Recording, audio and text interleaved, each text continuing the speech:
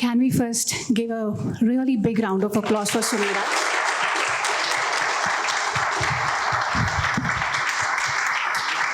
I think the subject that Sumeera chose for this film, it's a very uncommon subject.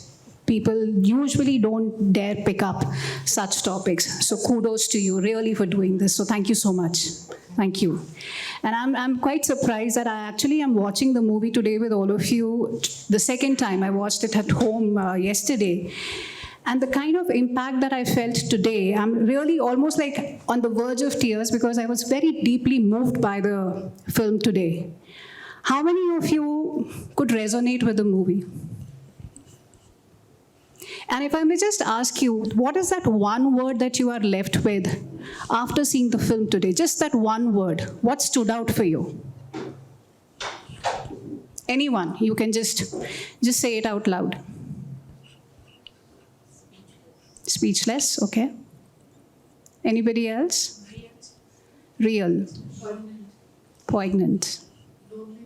Loneliness. That kills you. Yes.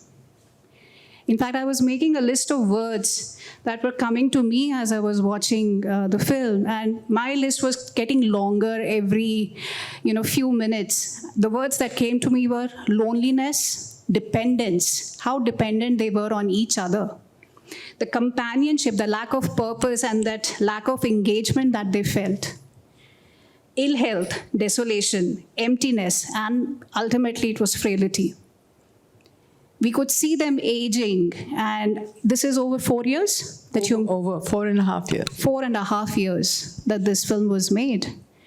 So Sumeera, tell us, what brought you to Lavates? Why Lavates? It's actually started with my mother's story. The film began with my mother's story. 1 year before she passed away, she kept talking. She was stopped. She was very fiercely independent, and they stopped her from driving the car and all the things she could do. So she kept saying, I want to die with my boots on, I want to die, I want to have a dignified death. And being a typical daughter, I kind of glossed over it and always changed the subject. I never actually heard her. So when I read that story, and the first story that came out, I said, I'll just go and meet them and get closure. What does she mean by dignified death? That's what I went for. But then when I went there, first of all, the first thing that struck me, I don't know if it struck you, he looks a lot like Picasso. Mama, to me, he looked like a lot like Picasso. I call them Mama, Mami. And then he started talking about the great human paradox, actually, which is basically what he says, is that it's life, the absurdity of life, that it is purposeless, it's meaningless, because death is inevitable. And I was very fascinated because I had read Myth of Sisyphus, in which the entire Sisyphean thing of just taking a rock up and bringing it down, and then Camus says, but I wanted him to be happy. So that's the thing. They displayed grace. It's not like they were angry or bitter or anything like that. It was just that they felt. And last year, if you read the news, Jean-Luc Godard, who was a famous French filmmaker, he went to Switzerland for this assisted suicide. When they asked him why, he's 93, they asked him why, and he said the same thing, I'm no use anymore. So they just felt the same thing. They just felt that they had no use, nothing to contribute. Don't forget, these are people pre-independence. They were born pre-independence, and people at that time at independence talked about we must contribute to the country, contribute to society. And when they felt that was lacking, they just had nothing. The other thing, when I was with the editor was sitting in Prague. I've never met him actually. We just edited it together online. And for 1.5 years, and doesn't know anything about India. Of course, forget Marathi, didn't know anything. But when we were editing together, we kept seeing footage. We both felt in a weird sort of way, it was a love story. Because they wanted to die together, And today's newspaper talks about this ex-Dutch PM who held his wife's hand and they both had euthanasia. Today's paper, yeah. And it's the same thing. I think basically it was a weird kind of strange way. It was a love story wanting to die together, because 53 years together, I mean, I don't think they would have either wanted to leave each other alone. But unfortunately, as you know, the ending, it happened. Oh, that's I think serendipity, right? That you say that today, now that we're talking today, you had a news like that. Yeah. And it's serendipity for us to be crossing paths again too, right? Because we met at Good Pitch in 2020. 2019, I think it was, no? It was early 2020, I think, yeah. And I think we called into, and the movie was that time called The Exit. Yes. Right? It was very early that time, just a year. And I was called to a Good Pitch event in Mumbai to support when Sumira was just starting out with The Exit. And I had the honor and the privilege of actually meeting Lavates in person. Yeah, they were there present at that event then. And it's strangely enough, they are also featured in the book. You didn't know about it till today. I didn't know. Yeah, so when we wrote the book, they are actually in the book Rethink Aging. And it's really serendipitous that I'm here talking to you again about it today. But I am just, wondering that when you took the idea to them, how did they react to it? No, actually how it happened is I started talking to them, and then actually it was very difficult. The first 9 months to a year, they kept saying what they were saying to the media. Mm-hmm. They'd learned it by heart, and in fact, Mama was so tired of it, he'd just tell his wife every time to say it. So this whole hang us, we have lived, everything. And so I couldn't get beyond that with them. It took me a very long time. First of all, I'm not Maharashtrian. My Marathi is not very good. And I just couldn't get through past that. But I just kept going because it became a challenge then, like I can't get through this. There must be something more. So I just kept going for a long time till Mama spoke a lot about, he's a loner, obviously you can see that. He loves it's contemplative, he loves his solitude, etc. And I was very drawn to him as a character. He had that kind of, a sort of a creative bonding that happened. And Mami was always in the background and she never spoke, and she just, when he told her to speak. So I was very fascinated by Mami. It took me much long, but then if you realize that Mami had more spirit than Mama finally, and it's all about, all of us women in India know about patriarchy, and it eventually comes down to, and I'm sure you have questions like I had about, does she really want to do it, or did she do it because of her husband?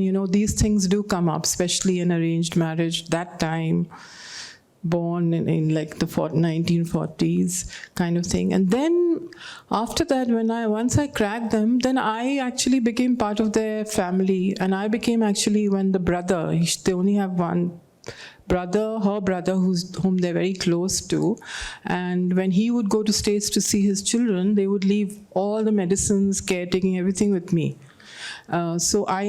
And then I would get their mobile done. Of course, they tried millions of times they never cracked the mobile.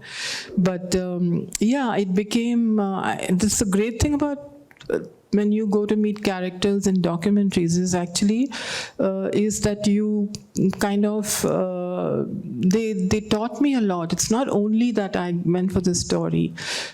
Being 4.5 years with people with this kind of wisdom, they're very, very educated people. They know a lot, and I learned a lot from them. And that's the joy. It was totally both ways. Oh, beautiful. That's so, so beautiful. Now, I'm just wondering what, I did catch the significance of Ganesha in the movie, but was that something that kind of came to you towards the end, or was that something that you had deliberately decided that that's the connection that you would like to bring in through the film itself?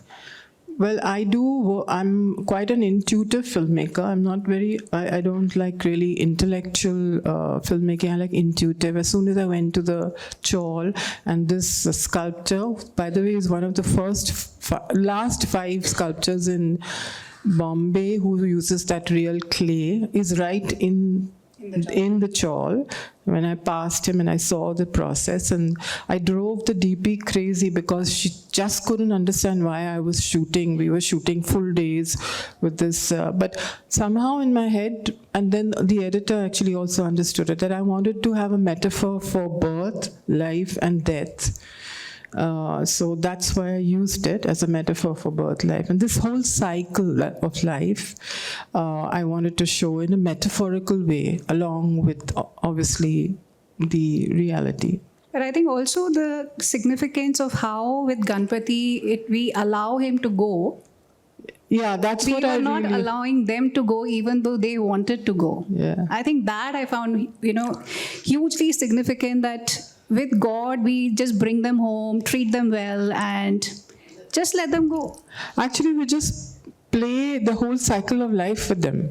We create them, then there's all the festival with them, and then we put them in the water. So it's really, it's so unique to Indians that we play this And I think the other thing which stood out for me very, hugely was, I think, which is the harsh reality of today, that they are staying in a chawl, surrounded by people. There were so many people, kids, youngsters, but they were all by themselves. Like, even though people are crossing that landing area, their house is right next to the steps, and they are crossing day in and day out. I didn't see even a word of conversation happening between the neighbors in there.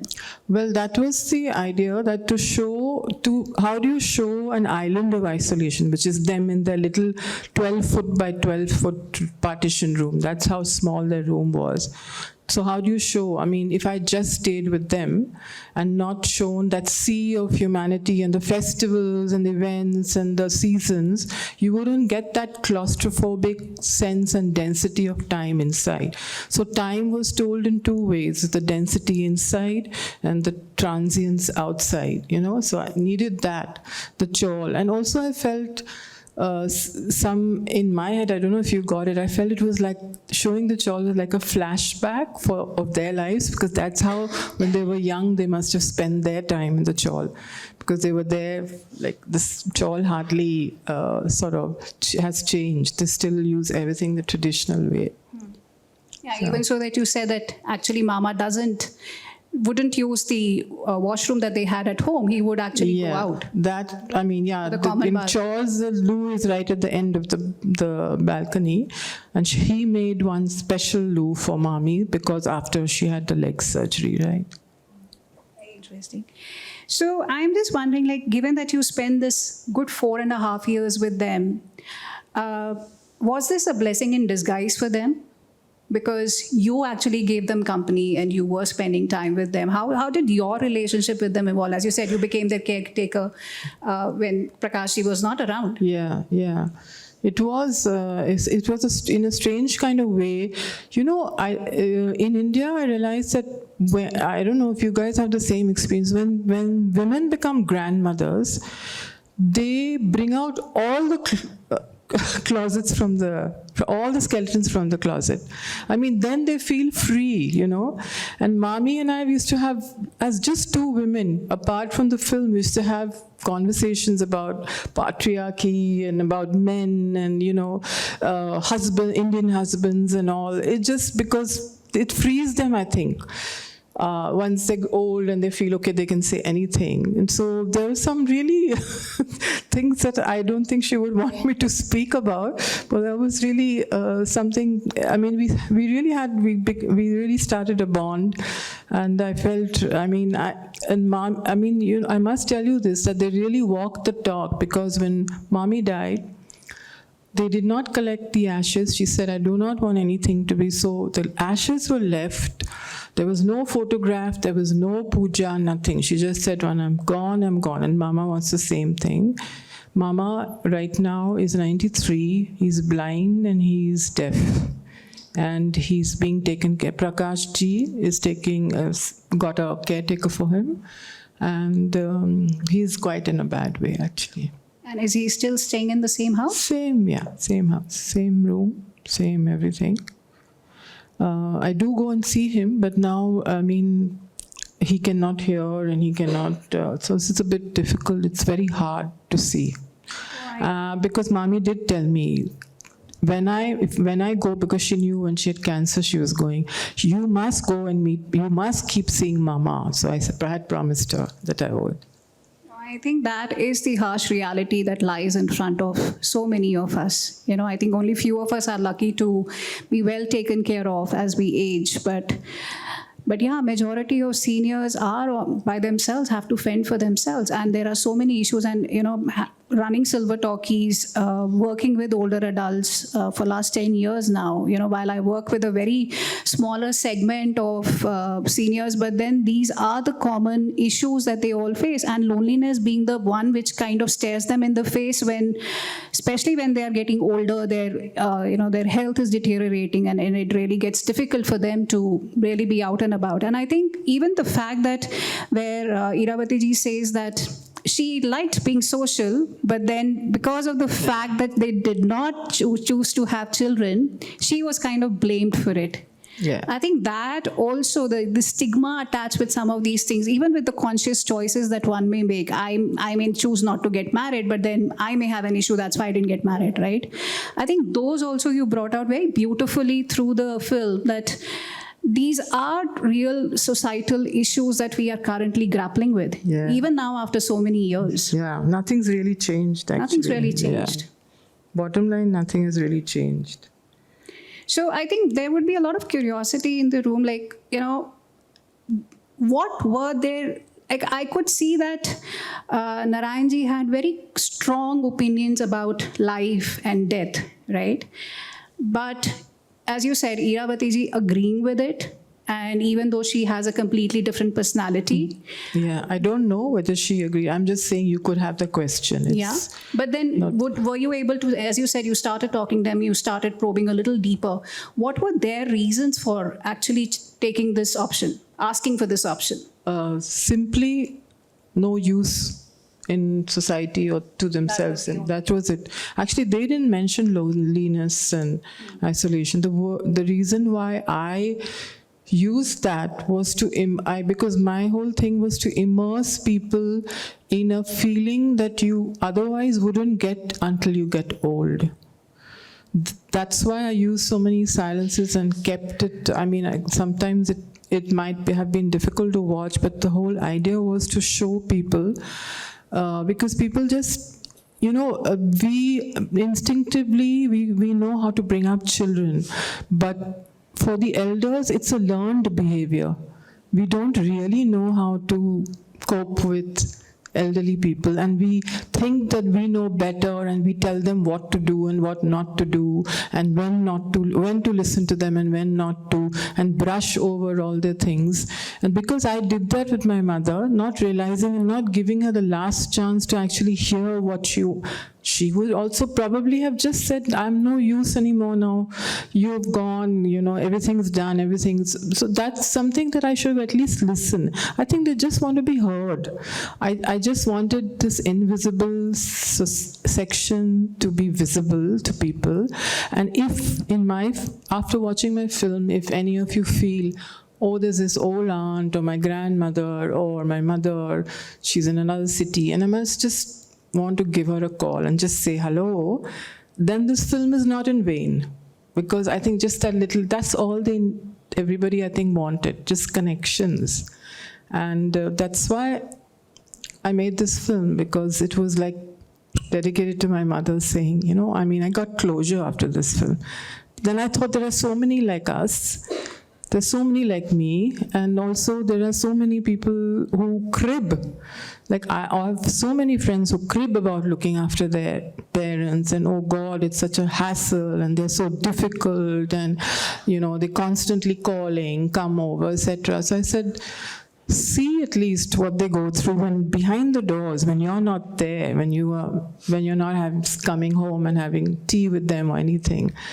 Actually, their interior worlds. That's what I was trying to immerse. That's what my objective was, to immerse the audiences in. And I chose this little pinhole micro universe through which these large themes of what's life, what's the meaning of life, death, human freedom, human dignity, what they really...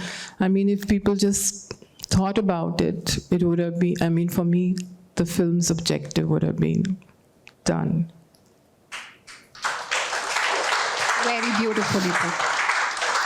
In fact, Sumira told me when I was chatting up with her before we met up, she was telling me, please, I do not want the focus of the discussion to be on death and euthanasia. I really want to talk about life, and I want to highlight the real issues which were facing them. And I think you very beautifully put them. And if it leaves any one of us with the realization or awareness of how important it is to stay in touch with the elders at home, and I think that's what even we have been talking about at Silver Talkies all these many years, that there is a fine line between caring and imposition and not caring at all, right? Sometimes we tend to overdo it when we assume that as you said, we tend to tell them, do this, don't do that. We might be imposing without realizing that they also have a choice. They also know what they want, right? So it's like finding that fine balance between that caring and imposition and giving them their breathing space, but being there for them and not completely taking them for granted. And I think we take so good care of our kids. We are so well aware of their needs, but you very beautifully said it, that we tend to ignore our own parents. We think they are grown up and they can take care of themselves without realizing that actually they need us more than we really know about. So thank you so much for saying it out loud. I think I will just ask one last question, and then we will open the floor to questions from the audience.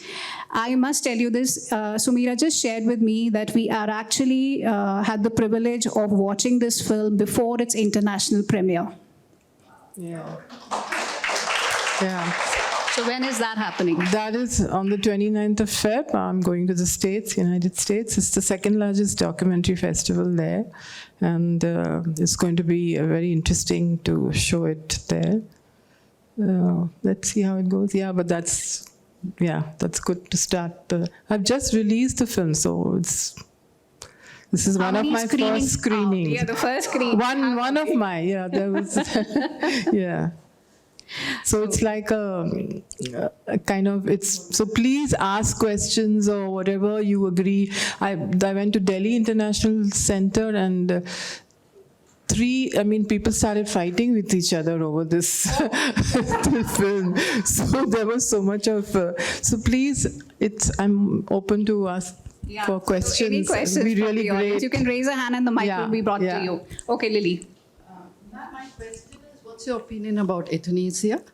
And then, we can't blame the children because they are in 9-to-9 job. So ultimately, we leave it under a caretaker, or we put it in senior citizens' home and all that. But here in the movie, you say they didn't want to go to senior citizens' home because it's the same thing. It's the same thing what they would be doing here. Yeah. So what is your opinion? No, I was very conscious of not taking sides when I was making this film. Therefore, I used Barkadat and the ex-students of Mami, etc., to bring the other point of view. It's just an observational documentary, what they call an observational. So you will not see anything that is skewed either way.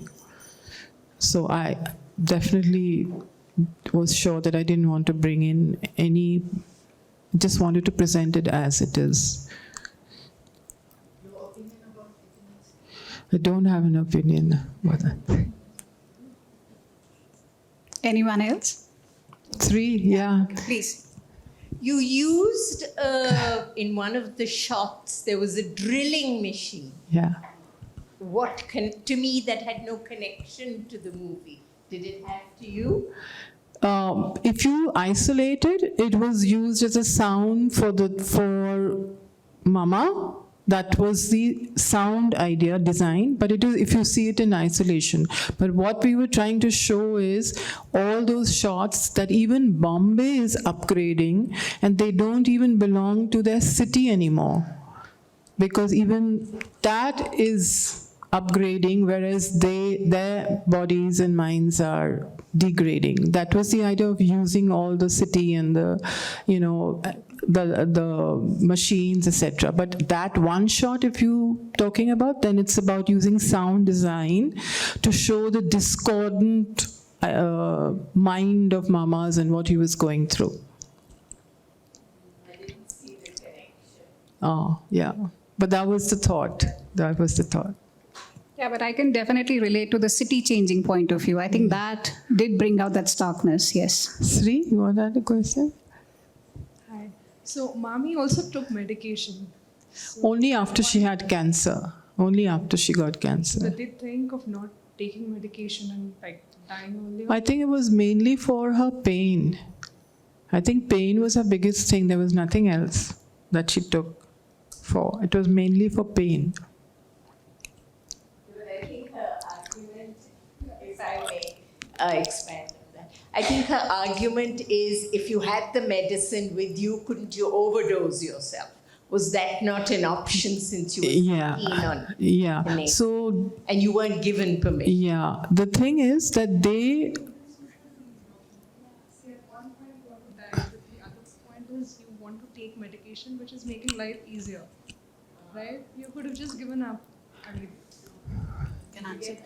The whole thing why they could have taken rat poison and they could have killed, the main thing is because they are high caste Brahmins and they were like very well respected in their community and they didn't want to do anything like suicide, therefore they chose the legal option. They always said they could do it, but would never do it because of dignity, and therefore there are a lot of even days of footage which shows them, Mami, in a more indignified way, which I chose not to put in the film because their whole thing was dignity, to die with dignity. So I didn't want to, use shock value to show something that was not. I think my friend Sri wants to ask a question. I mean, I don't know. I'm not just speechless. I'm also. I know that this movie will be there with me forever. Oh, thank you, Sri, coming from you. Thank you. She's a poet, by the way, so. So when you asked what is the one word that came to you while watching this movie, for me it is prison. And it's not just because that poem that she recites, it's also that shot where from the other side, rain comes down and it looks like they are in a prison. Yeah. I mean, I have old parents, so I'm right now going through the same kind of pain and dilemma, watching them but not being with them at the same time. Yeah. And yeah, you're so right. I see the point that it was a love story. And it was a story about life as much as it is about death. And I'm so happy that you invited me here, Sumira. I'm so touched by this movie. Yeah, I'm so happy that you are touched. And but one question that I had actually was, how was that camera? Now that you explained that you were there for 4.5 years with them and had become their companion, I probably have my answer. But I was thinking that these are things that you usually a camera won't see. An old man coming out of the toilet and their usual life, there is nothing dramatic in that life at all. Their petty fights that we see. Sometimes I see my father and mother fighting and I feel so uncomfortable. So all that is there's also humor. Yeah. Though it is such a poignant story, there's also so much of humor in that life. And I want to know about that camera. Where did you place that camera? Was there anybody? Yeah, see, I mean, we challenged ourselves to imagine that room is like 6 feet, one room is so first of all, this is shot totally in natural light. We could not bring a single light in, okay? We had a Sony A7S, small one, and a tripod. And the reason why we kept it like it's Nidhi sitting here, maybe the camera was here. The reason why we never took very tight close-ups and we kept it with the space, because actually if you see, they seem to have blended into their space. They had lived there for so long. They knew like every little bottle, how much, on which shelf it is. They were just blended in. So as lived lives always, things around them tell you more sometimes about them, their lives, than they do. So that's why it was very simple camera, but very beautifully done by Shani. I mean, amazing camera work. And she's very young, and she used to tell me that I need a break, okay? I need to get out now. I'll just sit in the balcony, because it's claustrophobic. It's absolutely, you just don't know what to do with yourself. It's not even meditative claustrophobic, it's just claustrophobia. They don't feel it. The funny thing is they don't feel it, but anybody enters. That's why even when their relatives used to come, they used to just come for 10 minutes and leave. It's a difficult space to be in. To be able to capture it was quite a privilege, actually. Yeah. Thank you. Thank you for the... Yes, Millie? Not a question, but I just want to say, for someone who didn't want to live because of this movie, they're forever immortal now. And thanks for that. Oh, yeah, that's a very true point. Yeah, they're forever mortal now. That's all. They live in film now. Yeah. I think it was a very beautiful movie, and I want to thank Nidhi for, giving me a chance to come here. My opinion is that it was very real. Everyone here, we all know that we will get there someday, but I think nobody plans for that day. Yeah. And it's a very beautiful feeling that I got when I watched the movie, because I lost my dad. And he was a businessman, and he had a very active life until 68. But the last 4 years of his life were totally prisoned. Maybe a golden cage, but still, you're there. You don't know what to do. And when you said that they feel useless and all the things that the movie showed, I could resonate with it, because that's what happened to him. Yeah. And he didn't like us leaving our jobs or leaving our lives and coming there and being with him. And he always felt, we all know that we'll get here, but why don't we do something about it? I see that, Nidhi does a lot of work in this area, and there may be many others who do it. But I guess there should be a common platform that when we grow old, we need to look forward to growing old. And I think we're still not there. But because of movies like yours, I think people will start asking deeper questions to themselves. And I think this will bring a lot of good to the world. You know what Toni Morrison said? She said, we die, that may be the meaning of life. I think if we look at the meaning of life as life will be enriched as long as we're here, but most of us think we will continue to be here. So I think death and life are just like two parts of the coin. We start looking like that, that's how I feel, and having as many experiences and enriching our lives as long as we can, knowing that one day we will not be there, I think that would be, I agree with Toni Morrison when she says that is really the meaning of life. True. Very, very beautiful movie. And if I may just add touching. something here, it just reminds me of a survey that we had done among our members. And we had asked them, what is that one thing that you would like to tell your youngsters?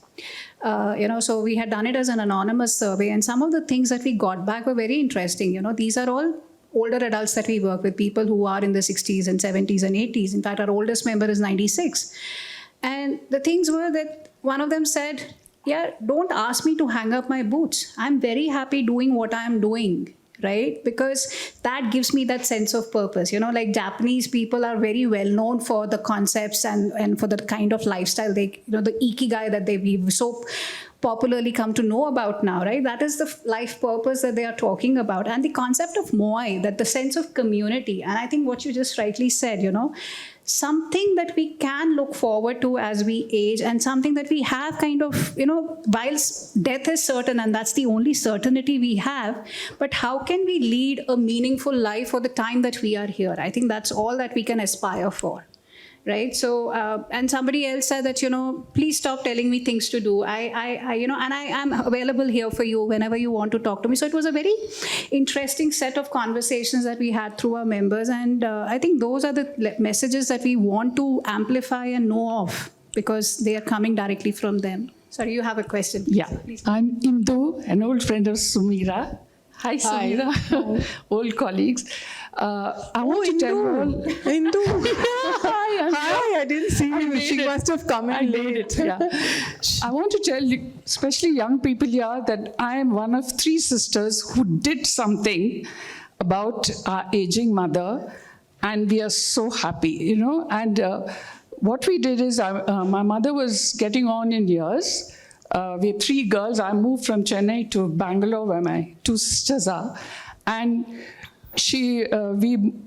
we took her to a wonderful place. It's not an old age home. It's just a retirement paradise called Urban Ozona. There are many of these, especially in Coimbatore. What I want to tell you is we moved her when she was 90, and she had a huge new lease of life. It's so joyful, I can't tell you, this place, and it's Devanali, near the airport. And after Amma passed on a couple of years ago, we continue to live there because we've made such friends. And needless to say, we are the youngest there. But there are people much more younger in mind and spirit. It's a wonderful thing, and you must look at this, It's, my mom used to be a Carnatic music singer, and she started singing in the clubhouse and drew the biggest crowds, and she went so happy. And my sister continues to live there. I have a place in Shajapur, but I'm there most of the time. I've come in straight from there, Sumira. Yeah, and I just want to quote one phenomenal gentleman there. He's going to be 103 this year. Oh. And his name is Sarathi. We just go and just sit with him. And I tell you, he said something fantastic the other day. He said, he believes in walking, and he keeps walking round and round the building, even now with a helper. And one day he told us, haltingly, his English is fantastic. He said, when Yama calls me, I will walk to the crematorium. Isn't that fantastic? Yeah. Now, I just want to say that for some of you, I know, like you and you there, you're thinking about your parents, and there are wonderful, wonderful ways to have a wonderful life. If you just think seriously about these places. Yeah. Thank you, Sheila. Can you pass the mic here in the family? Yeah. The people in the back may not be able to hear you. Just one second, the mic's coming.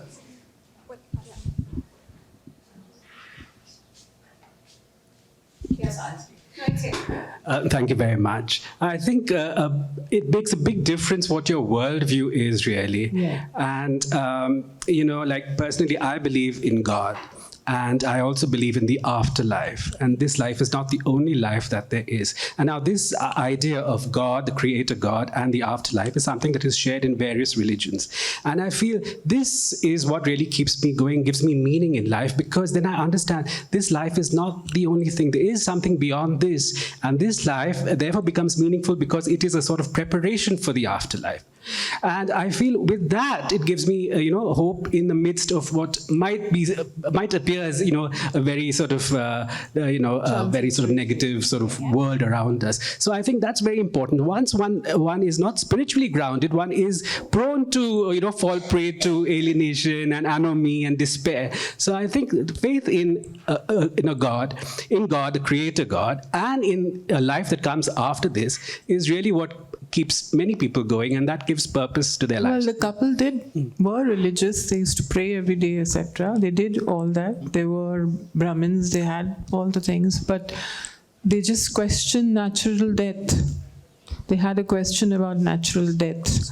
And they had a different relationship with God. They felt that they could actually question God about why should I wait for natural death when I don't want to. So even with God, you can have different relationships, right? You could actually feel that you're equal and you can ask questions. So that's basically how they saw it. Yeah, but I think you have a fair point. It all depends on our own personal worldview. On the worldview. Absolutely. That's how we navigate through life. Yeah. So your view is also absolutely correct, and it's very subjective. It depends all on the opinion. Rohit, what do you think? I want some young people's views. I really maybe an observation. I wanted to understand what was the couple's idea behind making this documentary with you. What did they want to achieve? They actually. They didn't have an opinion. Okay. They said what'll happen and Right. what is it. They didn't know what a document. Said this is it. It'll go to festivals. People will see it. The only thing they asked me, will it go to Switzerland? That's the only question they asked me. I said I can try. I don't know if it will. I can try, but that's the only question. They didn't know much about film. They only knew Marathi films which they saw like years ago. They didn't know anything about documentary. And I think the one point that the scene that really stood out for me was the bonfire and maybe the fire being significant, Metaphor, imagery for everything life and death oriented. So, and the person looking on, you kind of try to imagine what he's going through in his mind of he could just take his life at any second in that sense. Yeah. And he's being kept away by the law. So absolutely, And it goes to show that, these two people, while they know very well how to do the act, they would rather be legally binding and, not, because for them to do anything untowardly would mean a world of pain for the other person. Absolutely. Unless they did it together. But then it would mean something hurtful for the brother or resulting factors in that sense. So it's always something to keep in the back of your mind. Yeah, right. Law-abiding people. Yeah, law-abiding means waiting for a response, basically sentenced to live rather than... And the fact that the Supreme Court, refused it, but if they had agreed to it, it would have meant such a opening of a cacophony of conversations that could actually happen. Yeah, after their petition, by the way, 46 petitions have been sent to President. In fact, Mama, even when I was there, was asked, please send your petition to us. We want a copy because we also want to send a petition. There's still petitions being sent like continuously after because there was so much media about them that a lot of people did send, from a 16-year-old to a 86-year-old. That girl is ill, illness which is, but no responses at all. In fact, the only thing that the government has done is increased rooms in Banaras. So if you want to go to Banaras to die, there are more rooms. That's more accommodation. Only for passive euthanasia, which is impossible to get because you need a lawyer, you need a doctor, you need a government official to sign off that you're on the ventilator, you're in coma, and then. So also, they have introduced the Advanced Medical Directive, which is also known as the Living Will, which you can create during your life, telling your family members that if I am put on life supporting systems, then you can plug it off. That's giving them the permission, but that also has a lot of regulatory, legal framework around it. It's very difficult to get. There's not a single case as yet now to have got it. We're out of time, so we'll just take one last question, please. Hello. First of all, congratulations for the film. I absolutely got touched by it. I'm a miniature artist, and I try to capture these kind of materialistic thing and marginalized societies through my miniatures. And it's just the visual art. It doesn't have film part. It's not moving, right? But then when I heard this subject, Obsolete, so one thing I wanted to ask you, were there any other subjects or titles which came to your mind before choosing Obsolete? Yeah, before that it was called Exit. And then when I was editing, we saw Mama saying, he said that, we are just like obsolete material, Bhangaar. Then I thought, this is the apt one. Right. Before that, it was just Exit. It was quite, I didn't much like it, so I was looking for another title, and Mama just gave it to me.